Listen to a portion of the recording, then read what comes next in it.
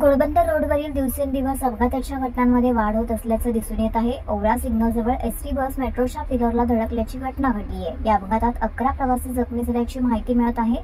जखमी रुग्णांवर ऑस्कर आणि टायटन रुग्णालयामध्ये उपचार सुरू आहे। याबाबतची अधिकची माहिती ठाण्याच्या घोडबंदर रोडवर महाराष्ट्र राज्य मार्ग परिवहन मंडळाच्या बसने मेट्रोच्या खांबाला जोरदार धडक दिली होती। या अपघातात 11 प्रवासी जखमी झाले आहेत, तर बसचं मोठं नुकसान झालं आहे।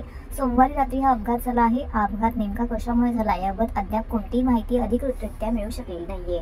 एसटी बसने पिलरला धडक दिल्याने बसच्या पुढील बाजूचं नुकसान झालं आहे। या दुर्घटनेतील जखमींवरती ऑस्कर आणि टायटन रुग्णालयामध्ये उपचार सुरू आहेत। अग्निशामक दल, वाहतूक पोलीस, पालिका प्रशासनाचे अधिकारी घटनास्थळी दाखल झाले असून बसच्या बाजूला काढण्याचं काम सुरू आहे। तर या अपघाताने घोडबंदर रोडवरील वाहतुकीवरती परिणाम झालेला नाही। दरम्यान काही दिवसांपूर्वीच नंदुरबार डेपोवरून मुंबईच्या दिशेने जाणाऱ्या बसला घोडबंदर रोडवरती अपघात झाला होता। बस चालकाचे नियंत्रण सुटल्यामुळे बस थेट दुभाजकावरती चढल्याने हा अपघात झाला।